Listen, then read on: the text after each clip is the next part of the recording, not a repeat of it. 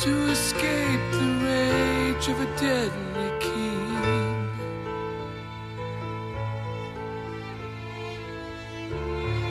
There along the banks of the Nile, Jesus listened to the song that the captive children used to sing. They were singing, My deliverer is coming, my deliverer is standing by. My deliverer is coming, my deliverer is standing by.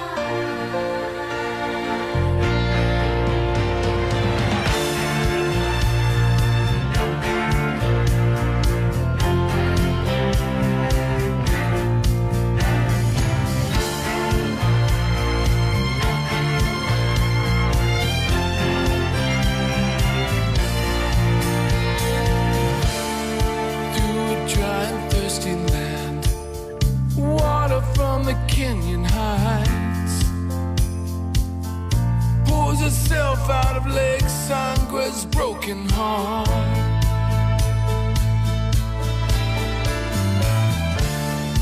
There in the Sahara winds, Jesus heard the whole world cry for the healing that would flow from his own scars. The world was singing, my deliverer is coming, my deliverer is standing by. My deliverer is coming, my deliverer is standing by. He will never break his promise.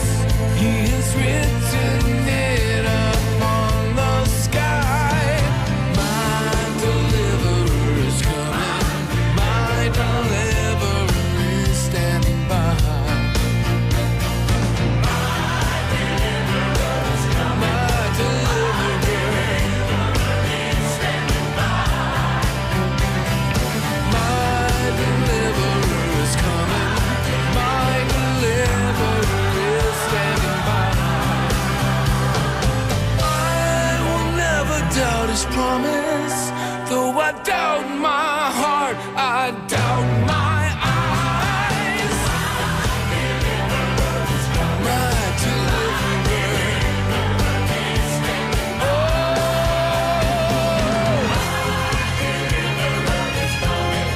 My deliverer is standing by.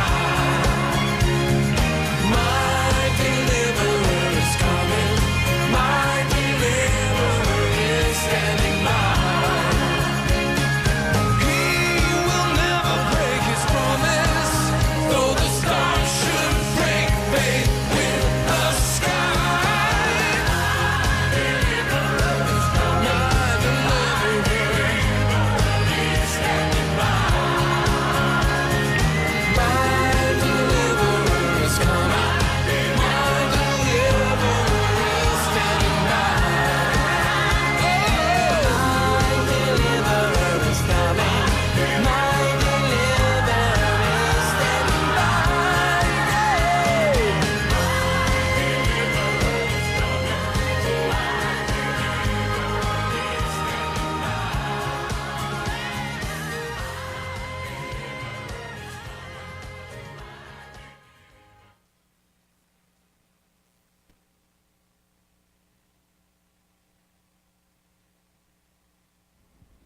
Hopefully that's on.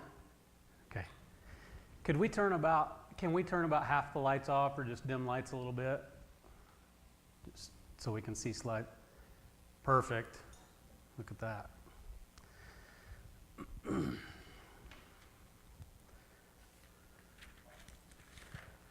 So I was told one time that if you're going to preach, which I've never really done, I think this is the second time I've ever given a full message, that you should always start with a joke and a quote. So here's the joke. If I do this right, we're all going to get a little bit Christmassy, and Russ Northup's heart is going to grow 3 sizes today. And here's the quote. I think this is word for word, but C.S. Lewis, pretty well respected theologian, said, "I didn't go to religion to make me happy. I always knew a bottle of port would do that. And if you want a religion that makes you feel really comfortable, I certainly do not recommend Christianity." And there's a lot of truth in that statement, I think. It's uncomfortable. This is kind of uncomfortable for me, which I think is the reason that I'm supposed to do it. So, the Word became flesh and made his dwelling among us. We have seen his glory and the glory of the one and only Son who came from the Father, full of grace and truth. Of course, that's Jesus, who comes from the Father, full of grace and truth. Being careful not to take away or add anything, as it says in Revelation, because I don't want those plagues visited on me. I'm going to take some liberties with the story of the prodigal son. I'm a literature teacher, and so that's what I do, is I read things that are not on the page and try to make a point, I guess. So I want to start in Luke 15 if you're following along, and I think we're following along up there too. So Luke 15:11, Jesus continued, "There was a man who had 2 sons. The younger one said to his father, 'Father, give me my share of the estate.' So he divided his property between them. Not long after that, the younger son got together all that he had and set off for a distant country. And there he squandered his wealth in wild living." And I think that's kind of where we stop a lot of the time. One thing that we probably should look at is in most Eastern cultures, there was something that was called the lion's share, or the share that the eldest got, which a lot of times is twice what everybody else gets. So I have 3 older brothers. They're so much older than me that it's like having uncles. I never thought I really fit with them, you know. But I think about brothers and how brothers get under each other's skin sometimes. He went and asked his father for his inheritance early. That's pretty gutsy. I mean, that's really gutsy. If one of my brothers did that, I'd be pretty offended that they had done that to my father. But he went and squandered it all in wild living. And after he had spent everything, there was a severe famine in that whole country, and he began to be in need. So he went and hired himself out to a citizen of that country, who sent him into his fields to feed pigs. He longed to fill his stomach with the pods that the pigs were eating, but no one gave him anything. When he came to his senses, he said, "How many of my father's hired servants have food to spare, and here I am starving to death? I'll set out and go back to my father and say to him, 'Father, I've sinned against heaven and against you, and I'm no longer worthy to be called your son, but make me like one of your hired servants.' So he got up and he went to his father. But while he was still a long way off, the father saw him and was filled with compassion for him and ran to his son, threw his arms around him and kissed him. The son said to him, 'Father, I've sinned against heaven and against you. I'm no longer worthy to be called your son.' But the father said to his servant, 'Quick, bring the best robe, put it on him. Put a ring on his finger and sandals on his feet. Bring the fatted calf and kill it. Let's have a feast to celebrate. For this son of mine was dead and is alive again. He was lost, and now he's found.' And so they began to celebrate. Meanwhile, the older son was in the field. And when he came near the house, he heard music and dancing, so he called one of the servants and said, 'What's going on?' 'Your brother's come,' he said. 'Your father has killed the fatted calf because he has him back safe and sound.' The older brother became angry and refused to go in, so his father went out and pleaded with him. But he answered his father, 'Look, all these years,'" and I like to read this with feeling, "all these years, I have worked for you and never disobeyed your orders. Yet you never even gave me a young goat so that I could celebrate with my friends. But when this son of yours who squandered your property with prostitutes comes home, you kill the fatted calf for him.' 'My son,' the father said, 'you're always with me, and everything I have is yours. But we had to celebrate and be glad, because this brother of yours was dead, and he's alive again. He was lost, and now he's found.'" Now I'm going to ask Peppy Wright to pray for us. Dear Lord, I just ask that you would bless today.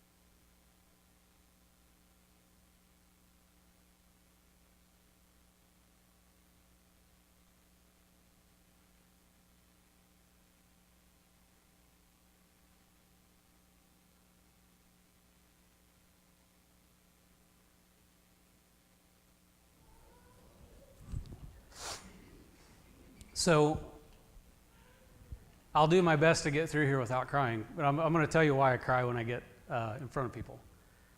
Several years ago, I realized that I had become pretty hard.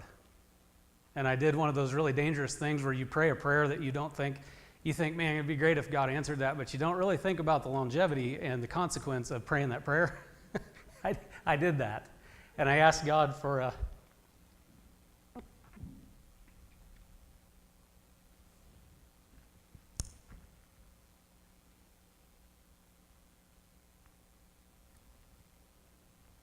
I asked him for a broken heart. I got it. And you can ask my wife, there's probably not been a day in the 3 years since I prayed that I have not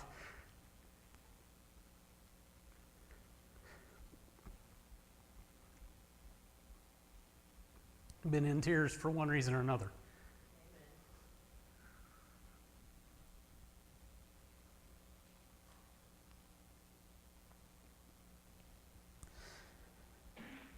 So I hope not to embarrass anybody, especially my children who wouldn't come to church today because they knew Dad was going to cry. So they went to my parents' church, which is fine. But I want to take the story of the prodigal son and the father and the elder brother and flip it around a little bit. And then we're going to find out what's the deal with these pigs.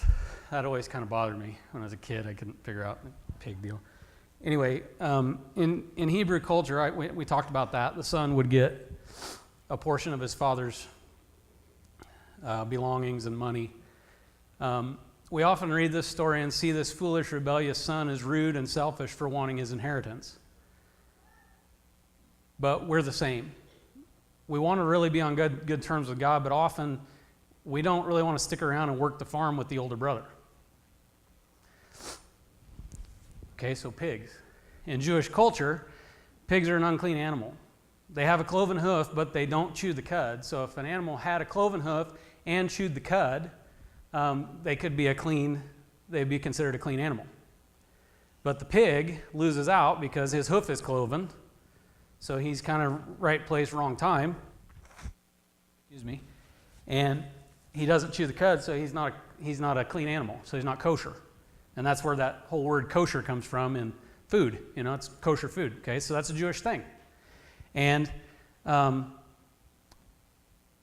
other thing about pigs is, and I've raised pigs myself. I used to hobby farm. I milked cows, and I raised pigs and chickens and other things I'd rather not talk about.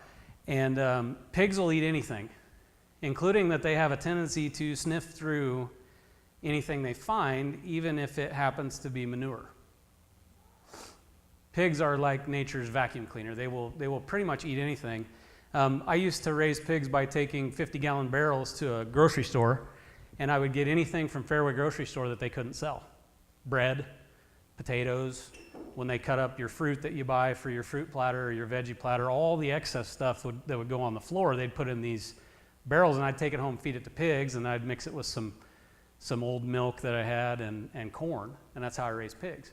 Cheap way to raise pigs. Pigs will eat pretty much anything but an onion, if you're curious. And pigs are also smart. So I had some pigs one time that used to swim across the water tank. They'd swim across the water tank to get out the gate that I had over it, because I had a water tank with 3 different paddocks. But you know what? They're also smart enough to let chickens eat out of their trough for a while. And the hogs would get one on either side of the trough, and they'd lay there like nothing was going on. They'd let the chickens get in there and pick. And the chickens would be picking, and pretty soon the hogs are eating chickens. And that happened. And it was bad. I mean, it happened to a bunch. It was terrible. I can't believe I didn't think of that. So let's walk through how I think this applies to us. We took our inheritance. By the way, so if the youngest son was found to be tending pigs, that would have been a very embarrassing job. Plus, they're an unclean animal. So if he's around the unclean animals, then he can't go to the temple and worship. He can't bring his sacrifice. There's a lot of things he can't do in his culture because he's around these pigs that are unclean. Okay? So here's what I think it means. We take our inheritance, and fortunately, we have an older brother that's different than this young man had. Our big brother, Jesus, was sent here and chose to follow after us and try to get us to come home. So he dressed like us in flesh. He traces back the steps that we make on our way from the Father to our own ridiculous pig pen. So after I blew all my money at the bar, he walked in and tried to find me. And he walked through the spilled wine and the spilled beer and the spoiled food and probably the stench of what happens when I drink too much and it comes back up. And so he gets that on his robe and on his sandals and on his feet. And next he goes to the gaming house or the casino where I went and squandered a bunch of my dad's money. And I ran out of credit and they shut me off and threw me out and ended up owing the house money. And he pays the house off, restores my ruined credit to keep the bouncers and the enforcers from cutting off my fingers or fitting me for a pair of concrete shoes. He does that for me. And he's breathing down my neck. He's getting closer to where I'm at. And he starts asking around until he runs into somebody that saw me duck down a dark alley one night last week and decides he's going to even follow me there. So he goes there to a brothel where I've been, where I did selfish things that dishonored my family even further. And now his clothes smell like incense and alcohol and cheap perfume that go with that kind of an establishment. I don't mean to offend anybody. It's just the truth of where I've been. It's disgusting and shameful. And Jesus never looks away.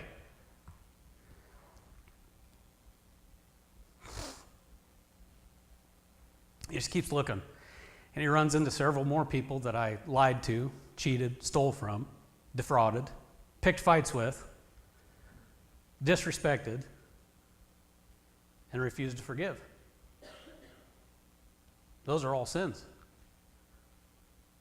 Refusing to forgive is that's that's the worst one in my life. Forgive myself, forgive others. Times I hold a grudge against God and I feel like I'm trying to forgive him, which I'm pretty sure is not good theology, but that's the way it feels. And in all that stuff, Jesus keeps asking the same question. Do you know where I can find him? This brother of mine who's lost. Anybody seen him? What's he owe you? I'll pay it. I'm going to settle his accounts.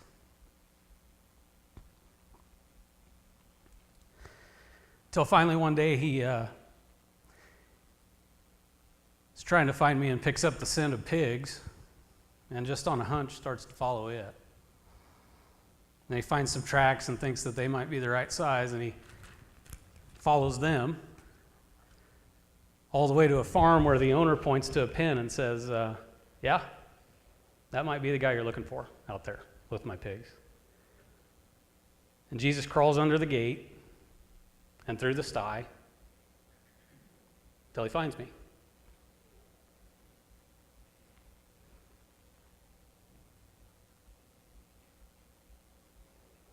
And we don't really talk about it. That's the way brothers are when we get older. I have 3. I gave one brother a hug yesterday. I've not hugged that man since 18 years ago at my first wedding. I don't think I've ever even shook his hand since. 18 years. And Lowell's a great guy. Smartest guy I know. That's brothers for you. Especially when you've done something that's pretty shameful, pretty upsetting to the family, which I have done before. Maybe some of you have too. It's hard.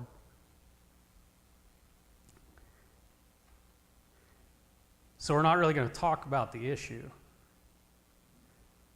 But he smells like the most unclean animal our Father ever created, because he came to find me where I was. So I follow Jesus at a distance with my head down, for a while. Ashamed of what I've done and how I squandered all the money and where I've been. Squandered his good name. Squandered all the good raising that he did. Thank God for my parents.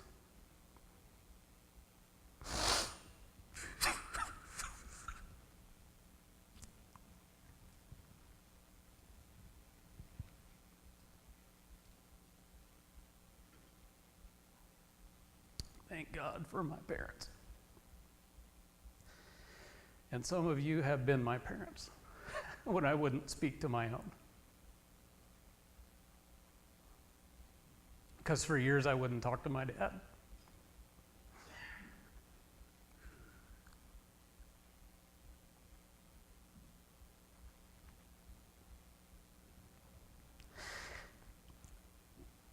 But I do now.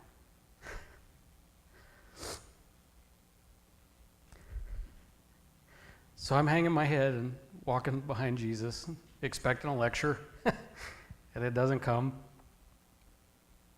And I've ruined all the righteous things our parents did to raise us right. A lot of effort goes into raising kids.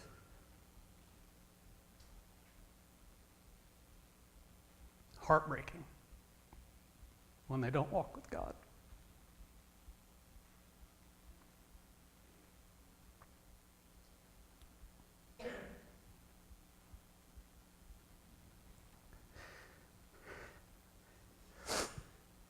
I have a little boy who turns 16 years old today.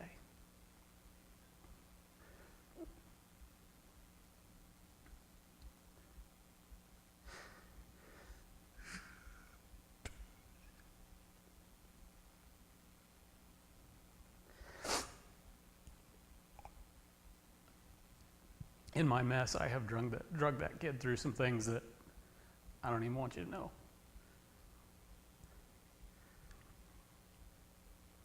And if he doesn't end up walking with the Lord, I'll be surprised. But it'll be on me if he doesn't.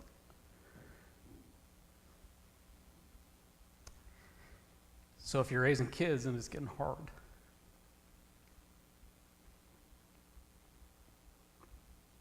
don't you dare quit.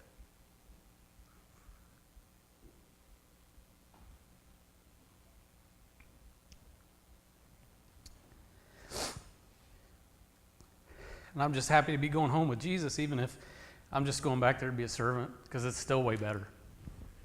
I mean, if he'll just let me work in the field, you know, if he'll just feed me, make sure I got clothes, let me do something. You know, it's better than where I've been. But I don't deserve to be a son. Here's where the story changes from the cut and dried version that Jesus gives. Within sight of the house, I break into a dead run because I can see our Father coming down the road toward us.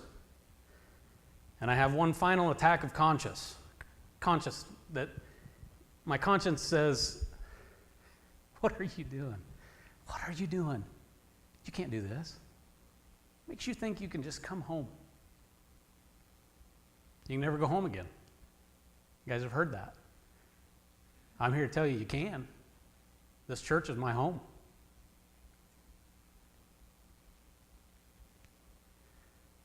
But I start running because I'm embarrassed and I'm ashamed.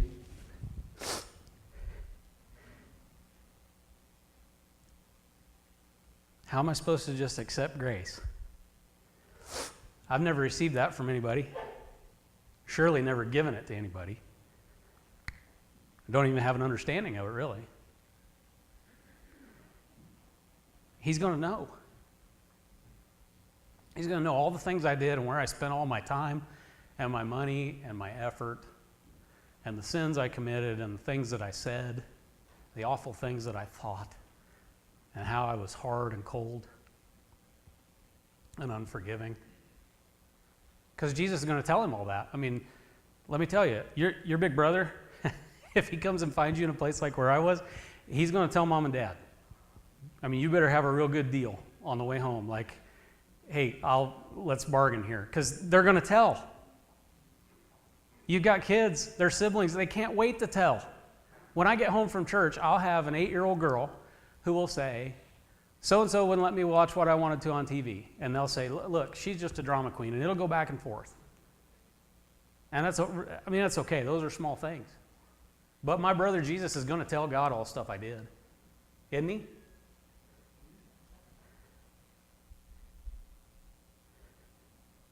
And I smell like pigs. And now because of me, so does Jesus. And that's my fault. If I hadn't been living like I did and tending pigs, Jesus wouldn't have crawled through there and got that all over his feet and his robe. And anybody here ever been around a hog confinement? I mean, you can smell it for hours after it's gone. It's never really gone. So when I break into a run, it's not really into my Father's arms. It's to an empty house on his property where I can kind of be with him, kind of. Still on the same farm. Close, but not too close to God. I've been there. And I'm hiding out.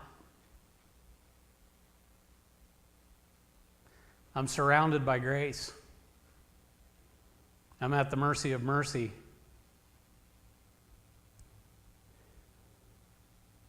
And Jesus just keeps walking at the same pace. Father says, what's the deal? He says, just a minute. I'll go get him. Oh, my brother Brian. Some of you know my brother Brian. He would never tell you this.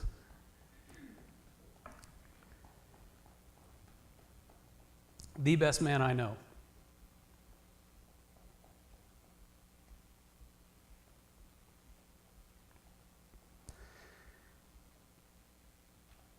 I didn't bring my kids to see my parents for 8 years. Let other people tell me that I didn't really belong and they didn't really care about me because it was a little hard, a little dysfunctional. It was a little bit normal, honestly. I mean, it's just, we all have that stuff. And I let somebody talk me out of it. And I kept my kids from their grandparents for 8 years. They might have seen them once or twice in there, but they met one of my kids when he was 2. Shame on me. Shame on me. But my brother prayed.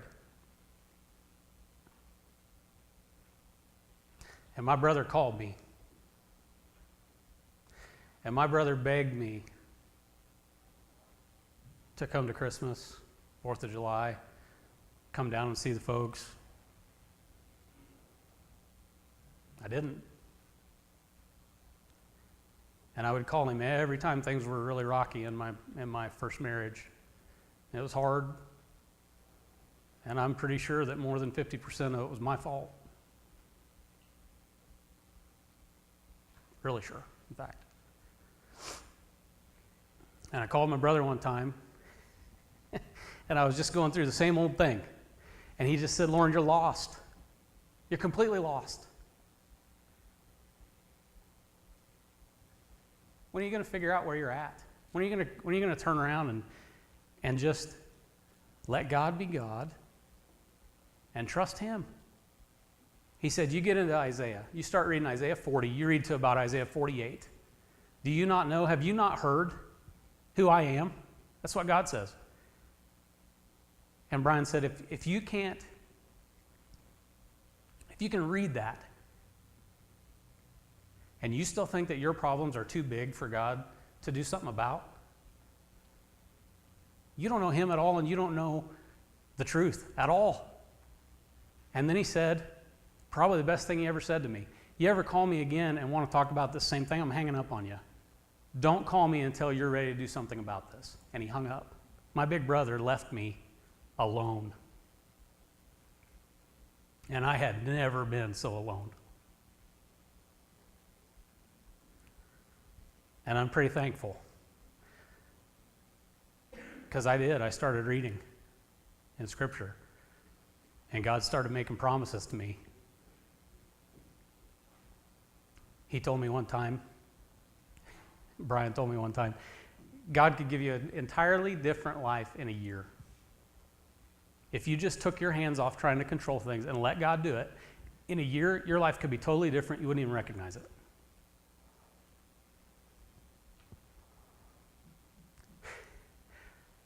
About 9 months. That's what it took.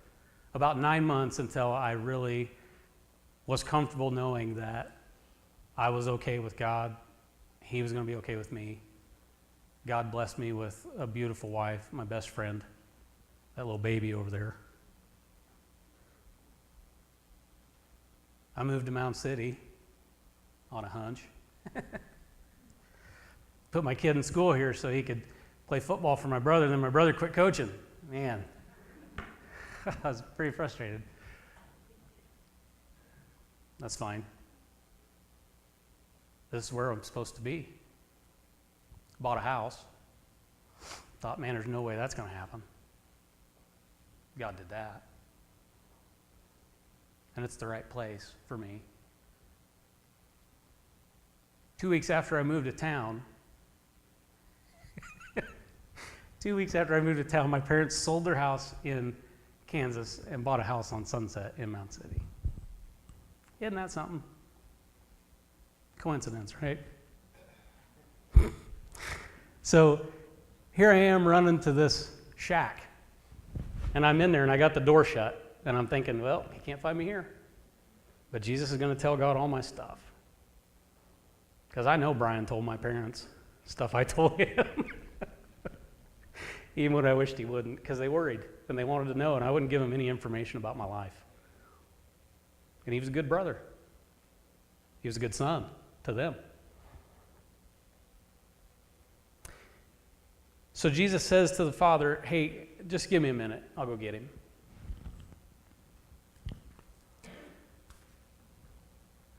Revelation 3:20.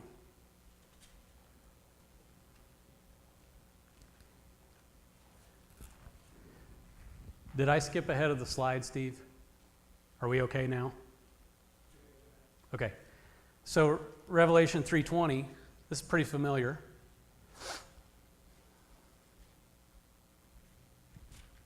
Is that the right verse? Here I am, I stand at the door and knock. If anyone hears my voice and opens the door, I'll come in and eat with him, with that person, and they with me. I got myself barricaded in this little shack on the property, right? So I'm close to God, but not too close. And I'm surrounded by grace. And Jesus has drugged himself through every dirty, nasty place I have been. And he's remained faithful when I haven't. And he's brought me home, and I won't even look my Father in the eye. I'm hiding out. And Jesus says, now please forgive me if this offends your theology. Please. It's the last thing I want to do.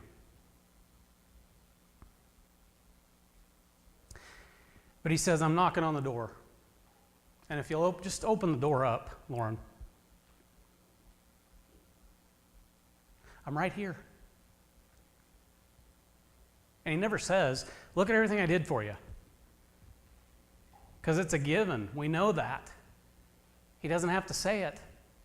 Look at everything he did for us. Why do we act like this?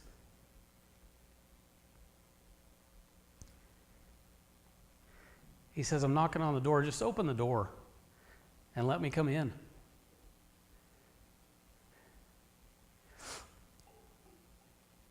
But he's standing at that door knocking, only he doesn't really look like the picture that we always have.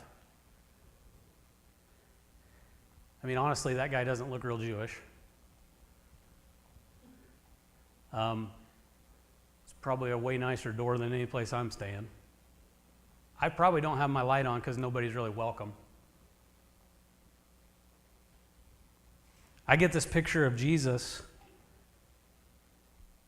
and he's been chasing me so long that he hasn't had time to shave, and he hasn't slept, hasn't been eating. His eyes are red from crying for me.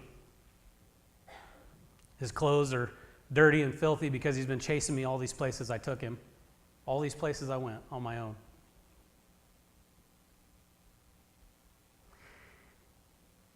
He didn't even change his clothes. He just kept pursuing me right to the door.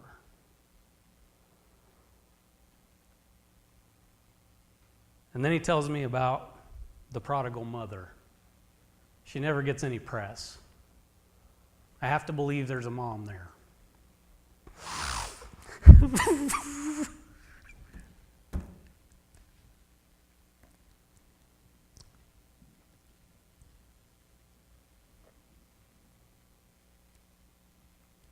Call your mom. Call her. If you can, call her.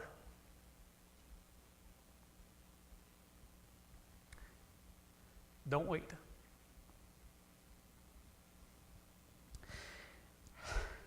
She's usually not mentioned at all, but as I'm arguing with Jesus and my own heart through that door,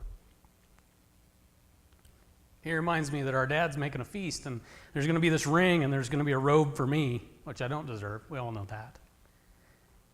And my mom's in there overseeing the kitchen staff. And she's saying, he doesn't like broccoli. We're not serving broccoli.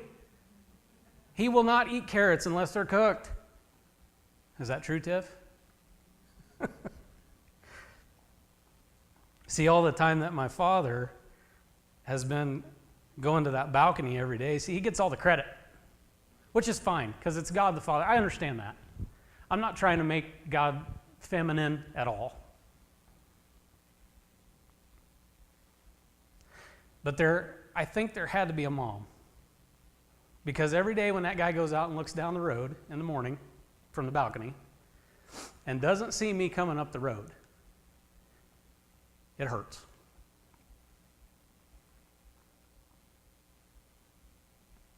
And he goes out there before he goes to bed at night and he looks, and I'm not there again, and it hurts.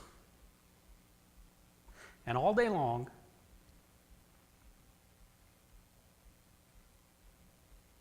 that's wearing on him.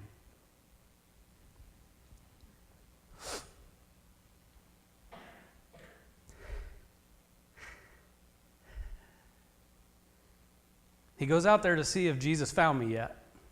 Only some days he really doesn't want to get up and go out there and look. That's a little different than God the Father. I know he always looks. I know that. Please don't be offended.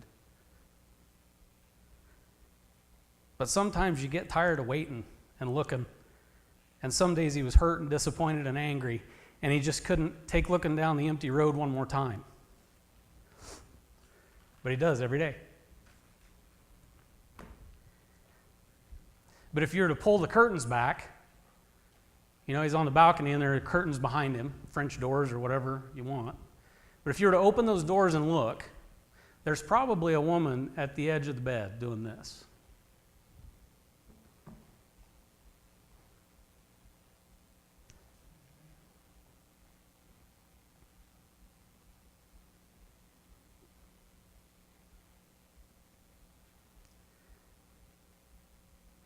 Because she loves the son.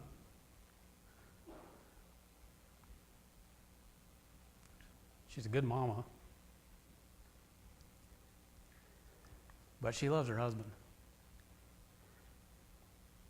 And she's praying for her son to be restored, but she's praying for her husband's heart to be healed. For one thing, he's probably difficult to get along with. I would imagine. I would be. If any of you have ever heard me screaming like an idiot at a football game, you'd know that. I can get pretty wound up. And she's been encouraging that father every day not to give up. Don't give up. To try and keep his hope alive that maybe today. And she just says, honey, just one more time, just go look. And he says, I don't want to do this anymore.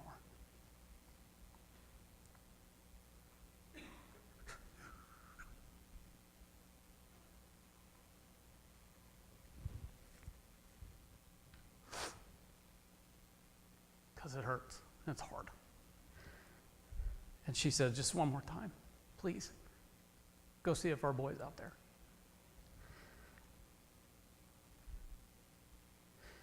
Your story is different than mine, but it kind of always ends with an estranged father, spiritually,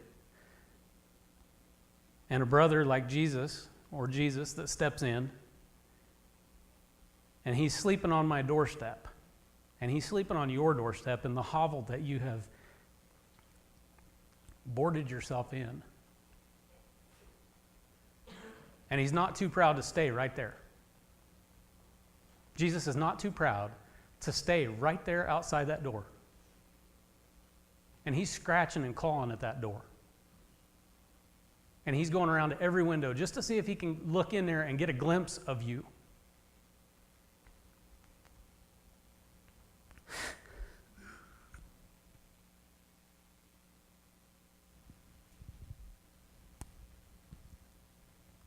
We all know John 3:16. We all know what that means.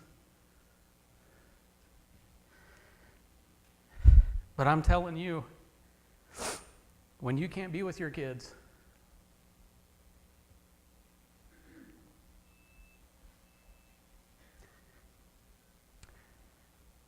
it is unspeakably hard.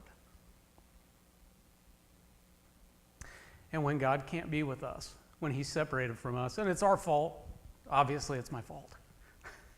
But he doesn't even lay any blame, it's just that it hurts. He just wants his kids. I stand at the door and knock, open, please, open the door. Just wants to be with us.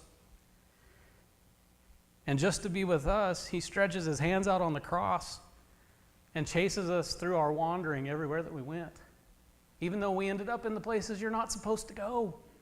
And we embarrassed the family and we spent all the inheritance and we did it all. I've done it all.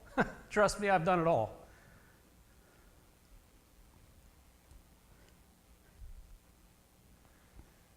And my big brother wouldn't quit praying.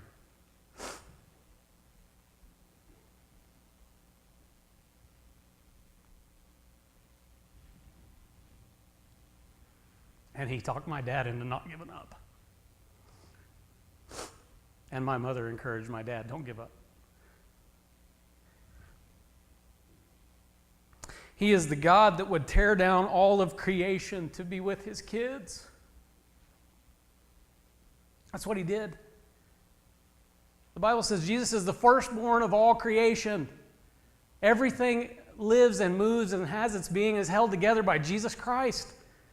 And God tore him in two for me. He is a father that will stop at nothing to be with his children.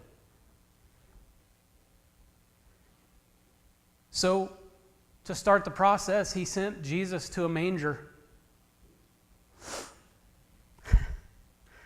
in this little town so he could fulfill all these prophecies and fulfill a promise and fulfill a destiny. His destiny, my destiny, your destiny, all of that. That's Christmas.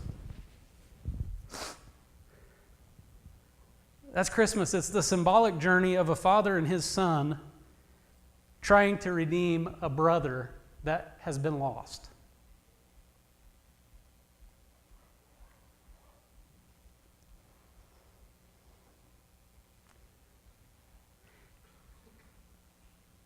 I'm not ordained. I don't think I want to be. I wrecked my car on the way to Bible college, if that tells you anything. And I ended up not going. And I think I was going to play basketball instead of to serve the Lord, probably. So you don't need to talk to me about it. But if you don't know Jesus,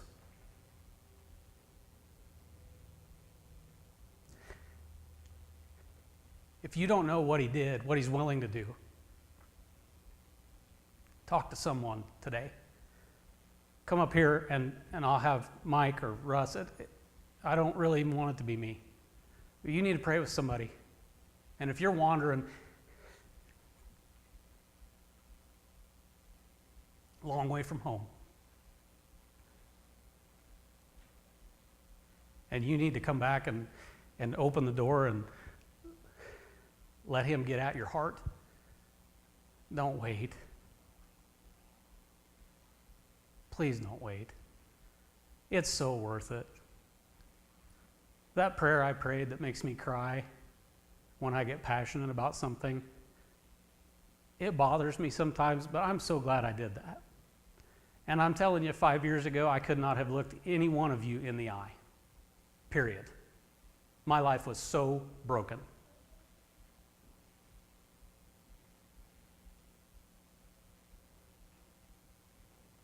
And because God does what He wants, and He wants who He wants, and I had people like Lane who didn't give up on me,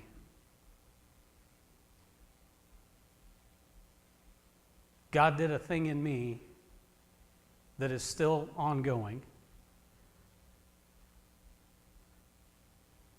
And He will do that for you.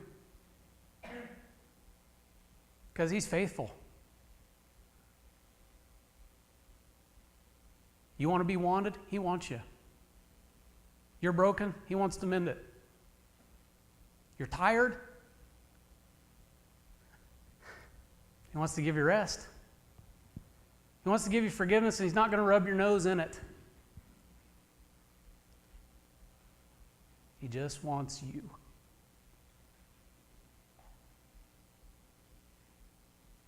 And that's why He sent Jesus.